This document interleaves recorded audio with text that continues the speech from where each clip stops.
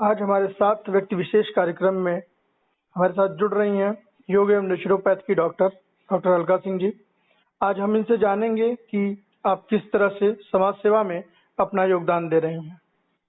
Ma'am, पहले तो बहुत बहुत स्वागत है आपका। जी धन्यवाद।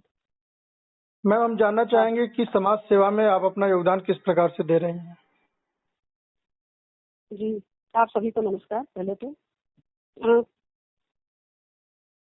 हम लोग एक महिला संगठन से जुड़े हुए हैं। तो अब इस समय बच्चा मेरा मतलब बेटा बड़ा हो गया है, जॉब करता है, तो थोड़ा खाली समय था तो हम सोचे थोड़ा समाज के लिए भी काम किया जाए। जी। तो हम लोग उस संगठन के माध्यम से, जैसे एक यहाँ निर्माण है जो मंदबुद्धि और इस तरह के मतलब बच्चों के लिए होता है, जो नॉर्मल बच्चे होते हैं हम लोगों के लिए, तो हम लोग वहाँ जाते हैं और वृद्धाश्रम भी जाते हैं हम लोग। वहाँ के लिए हम लोग अपना आपस में पैसे मतलब वो करके कलेक्ट करके और सहयोग करते हैं। उन लोगों को थोड़ा मनोरंजन कराते हैं, उन लोगों को कपड़े, फल, मिठाई मतलब खाने वाने का हम लोग जाके वहाँ व्यवस्था करते हैं। और वैसे भी उस संगठन के माध्यम से हम लोग महीने में कम से कम कुछ नहीं तो 4 लोगों का तो हम लोग शादी ब्याह में मजबूती कराते हैं, हम लोग सहयोग कराते हैं। जी जी। हाँ, आपस में ही मतलब वो लगा के सहयोग करके कंट्रीब्यूट करते हैं। मैं हमने देखा है कि महिलाओं के सशक्तिकरण को लेकर आपका विशेष योगदान रहता है। महिलाओं के उत्थान को लेकर के, गरीब महिलाएं, विधवा महिलाओं पे आपका विशेष ध्यान रहता है। मैम, इस पर क्या कुछ कहना चाहेंगे? देखिए, मुझे तो लगता है कि सबसे पहले किसी महिला का सशक्त होना बहुत जरूरी है, क्योंकि वो अपने घर की एक मतलब खास धुरी होती है। उसके ऊपर अपने बच्चों के लालन पालन की, अपने परिवार के लोगों के परवरिश की, हर चीज की जरूरत उसके ऊपर, उसके कंधों पे जिम्मेदारी होती है। आजकल की महिलाएं तो बाहर भी जाके अपना काम करती हैं, योगदान दे रही हैं, घर में भी कर रही हैं। तो अगर महिला अपनी सशक्त तो नहीं होगी, चाहे वो आर्थिक रूप से हो, चाहे मानसिक रूप से हो, चाहे शारीरिक रूप से हो, हर रूप में महिला को सशक्त होना ही पड़ेगा। तो हम तो अपने मतलब जितने भी जिसको जानते हैं, हम सबसे ये हम लोग बोलते हैं कि भाई तुम जिस लायक हो अपनी बच्ची को पढ़ाओ लिखाओ, उसको अपने पैर पे खड़ा करो, और खुद अपने भी जो भी कर सकती हो। बाहर जाके अगर इतनी एजुकेशन नहीं है कि आप बाहर जाके कमा सकते हो, तो आप घर में रह के कुछ करो, लेकिन करो। और देश दुनिया से जुड़े रहो किसी भी तरीके से, ताकि बाहर की खबरें आपको मिलती रहे। और दूसरी बात ये कि अपने आप को शारीरिक रूप से भी इतना कम से कम सक्षम करो कि जो आजकल ये समाज में जो घटनाएं होती है ना, जो मतलब जो झकझोर देती हैं एकदम इंसान को, तो कम से कम उससे भी बचने का एक अपने पास वो रहे, स्टेमिना रहे, ताकत रहे। और अपने बच्चों को भी इतना समझाएं इस चीज के लिए। और अगर महिलाएं नहीं सशक्त होंगी तो ये बताइए घर तो गृहस्थी तो एकदम बिखर जाएगा। बिल्कुल बिल्कुल मैम, बिल्कुल। जेंट्स बाहर पैसा कितना भी कमा के ला दे, लेकिन जेंट्स के अंदर वो चीज नहीं है कि जो वो मैनेजमेंट संभाल सके घर का। बिल्कुल सही बात। महिलाएं सारा काम कर सकती हैं, वो घर भी देख सकती हैं, वो बाहर भी देख सकती हैं। इसलिए जो भी जिस स्तर की महिला है, हम ये नहीं कह रहे हैं कि सब लोग डीएम कलेक्टर बने, लेकिन ये है कि जिस स्तर की है, और हम अपने इर्द गिर्द की महिलाओं को ये हरदम ये शिक्षा देते रहते हैं। जी जी। भाई तुम लोग अपने कम उम्र में अपनी बच्चियों की शादी मत करना। जी। कुछ बना के, कुछ नहीं, ब्यूटिशियन का कोर्स करा दो, सिलाई कढ़ाई का कोर्स करा दो, कुछ भी कराओ, लेकिन 2 पैसा वो कमाने लायक रहे तो पैसे खरीदे। जी बिल्कुल मैम, ये तो बात बिल्कुल आपने सही कही कि यदि घर की महिला, घर की गृहिणी जो है वो पूरी तरह से सशक्त है, अपने आर्थिक रूप से, अपने शारीरिक रूप से और मानसिक रूप से भी, तो उसका असर कहीं न कहीं पूरे परिवार पे पड़ता है और समाज पर भी पड़ता है। पूरे परिवार पे पड़ता है। जी। अगर आपकी रुचि की बात की जाए तो लोकगीत को लेकर आप काफी रुचिकर दिखती हैं। जी जी। इसकी शुरुआत कहाँ से हुई और कैसे इस यात्रा का प्रारंभ हुआ? जी देखिए, हम लोगों की शुरुआत तो इसलिए हुई क्योंकि हम लोगों का गांव जो है ना, वो हम लोगों का देवरिया जिले में पड़ता है, मेरा और मेरे हस्बैंड दोनों लोगों का। जी। और हम लोगों की खेती बाड़ी सब वहीं पे है, वहाँ पैतृक मकान भी हम लोगों का, लेकिन रहते सब लोग गोरखपुर में। मतलब सारे मेरे परिवार के लोग, मेरे मायके ससुराल के दोनों तरफ के लोग रहते हैं गोरखपुर में। हम लोगों ने यहाँ लखनऊ में मकान बनवा लिया है, तो 12 साल से हम लोग यहाँ पे रहते हैं। तो ये तो है कि कोई भी इंसान अपनी जड़ों को नहीं भूल सकता। बिल्कुल। और हम ये देख रहे हैं ना कि देखिए, ये लोकगीत हम लोगों की सांस्कृतिक विरासत है।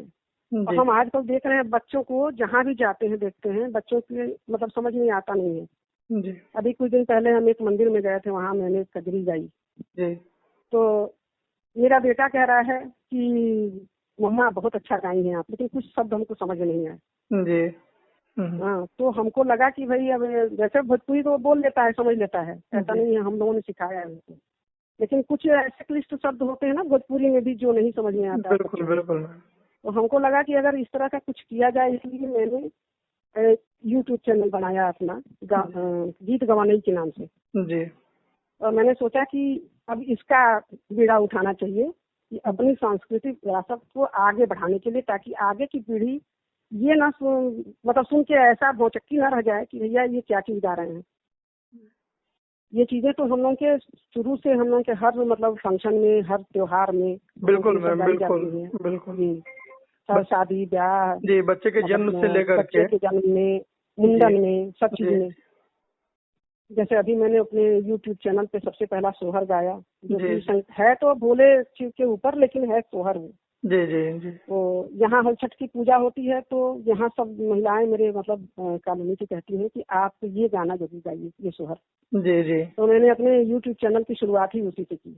जी अच्छा, मैं लिखती भी हूँ, तो पहले तो खैर हिंदी में ही लिखती थी, लेकिन अब इधर लगा कि थोड़ा सा अपने भी उसमें लिखना चाहिए, जी। अपने भी भाषा में लिखना चाहिए, भोजपुरी में, अवधी में। आपकी एक कभी जी जी जी जी आपकी कविताओं की अगर बात की जाए तो जी जी आपकी कविताओं में, आपकी लेखनी में भी भारतीय जी संस्कृति की विशेष झलक दिखती है, जी जी जो कि वाकई में धीरे धीरे हमारे कविताओं से, या फिर ये कह लीजिए कि मॉडर्न कल्चर के अनुसार विलुप्त जी होती जी जा रही हैं। जी। तो भारतीय संस्कृति की झलक को दिखाने के पीछे क्या उद्देश्य है आपका? बस यही उद्देश्य है कि थोड़ा सा आजकल की जो पीढ़ी है ना, बहुत भेड़ चाल में जा रही है। देखिए, आप कहीं के भी लोग, किसी भी देश को उठा लीजिए, आप देख लीजिए, कहीं के लोग भी अपनी जड़ों से जुड़े रहते हैं, अपनी संस्कृति नहीं भूलते हैं कहीं भी। ये हम लोगों के क्या बताएं, दुर्भाग्य है हम लोगों का कि हम लोगों के देश के लोग ये विदेशी कल्चर की नकल करके जो इस भाग दौड़ में भागे जा रहे हैं भेड़ चाल में। जी ये बड़ा मतलब दुखद है ये चीज। बिल्कुल। तो चलिए, जब हम सबको नहीं कर सकते, लेकिन हम मना नहीं कर सकते, लेकिन हम अपने जो कर सकते हैं, एक मुहिम चला सकते हैं, हम चला रहे हैं। जी कुछ तो कहीं तो असर होगा, हाँ, कहीं ना कहीं तो बदलाव होगा। कहीं ना बिल्कुल कहीं तो असर होगा। बिल्कुल चलिए, एक मैंने एक अपना दिया जला दिया, अब आगे की पीढ़ी अब आगे देखेगी उस चीज को। बिल्कुल मैम। जी अभी तक के सफर में जी। ऐसी क्या चीज थी जो आपसे छूट गई, जिसे आप करना चाहती थी लेकिन अब तक वो आप नहीं कर पाई हैं, और भविष्य में उसे प्राथमिकता के रूप में देखना चाहेंगे? जी, अभी तक भगवान की कृपा रही, जो मैंने चाहा करने के लिए वो बहुत किया मैंने, और मैं कभी घर में नहीं बैठी, मैं कुछ न कुछ करती रही। जी, मतलब चाहे वो ब्यूटिशियन का कोर्स सीखना हो, या सॉफ्टवेयर का कोर्स सीखना हो, या नेचुरोपैथी से डॉक्टर की डिग्री लेनी हो, योगा से, ये सब मैंने मतलब अपने शादी के बाद ही ये सब किया। जी लेकिन ये है कि अब हमको, मेरा एक बहुत बड़ा बचपन का सपना है, अब भगवान देखे कब तक पूरा करते हैं। मेरा ये मन है कि जैसे जो बच्चों को, लोग छोटे बच्चों को लावारिस छोड़ जाते हैं कहीं कहीं, जी तो वो सब जाते हैं अनाथ आश्रम में। जी। अब वहाँ की स्थिति क्या होती है ये तो किसी से छिपा नहीं है। बिल्कुल मैम। तो मेरा यही मतलब बड़ा बचपन का सपना है मेरा कि हम इस तरह का, हम लोग मतलब ऐसे जगह का निर्माण करें कि जहाँ उस बच्चों को अपने माँ बाप की तरफ से स्नेह मिले, अपना घरेलू वातावरण, मतलब उनका हर तरह से उनका चहुविध, उनका उत्थान हो, जी उनका विकास हो। वो उस तरह से न रहे जैसे और अनाथ आश्रम के बच्चे रहते हैं। लेकिन ये बहुत बड़ा प्रोजेक्ट है, और ये अब देखिए, अब बाकी तो हरी इच्छा है। निश्चित ही मैम, अगर कुछ अच्छा करने की प्रवृत्ति आदमी अपने मन में रखता है तो निश्चित ही ईश्वर भी उसका उस काम में सहयोग करते हैं। जी जी। बातचीत के इस क्रम में, चूंकि आप अच्छा लिखती हैं, अच्छा गाती हैं, जी तो जी आपके ही मुख से सुनना चाहेंगे कुछ भी दो लाइन जो आपको पसंद हो और हमारे श्रोताओं को भी पसंद आए। अच्छा, एक मिनट। जैसे कल हमने तीज के लिए जो अपना अपलोड किया था, जी वो, हाँ, वही सुना रहे। गेहूं नए गौरा सीसिया हो, अमर रहे मोर सुहाग जी, बनल रहे मोरे मांग के सिंदूरवा हो, अचल रहे यही बात जी,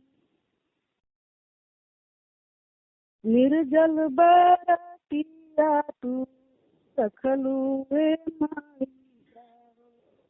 पवलू सुनार बर के साथ जी, हमहू भूखल बानी भादो के तीजिया हो, हमहू के चाही बरदान जी, विनती करेली तुहसे हाथ जोड़ी मैया हो, हरदम सजन रहे साथ जी, सजल रहे हमारे माथे का बिंदिया हो, चुनरी का रंग चटकार जी, अचरा पसारत हम अंगेली भी किया हो, रखिया कुशल परिवार हो, सासुर नैहर सब रहे मंगल, गोदिया खेलत रहे लाल जी, गोदिया खेलत रहे लाल जी। बहुत बढ़िया गाया आपने और सुन के अच्छा लगा, क्योंकि जी ये सब गीत जो है बहुत कम अब सुनने को मिलते हैं और जी कहीं न कहीं ये संस्कार, ये संस्कृति हमारी जो है लुप्त हो रही है, लेकिन आप लोगों के द्वारा ये जो दिया जलाया जा रहा है, जो चिराग जलाया जा रहा है, वो निश्चित ही एक दिन एक बड़े प्रकाश के रूप में दीप्तिमान होगा। और चूंकि आप अच्छा कर रही हैं तो ईश्वर भी आपके साथ हैं। जी जी मैम, एफिडेविट लाइव से बातचीत करने के लिए आपका बहुत बहुत धन्यवाद।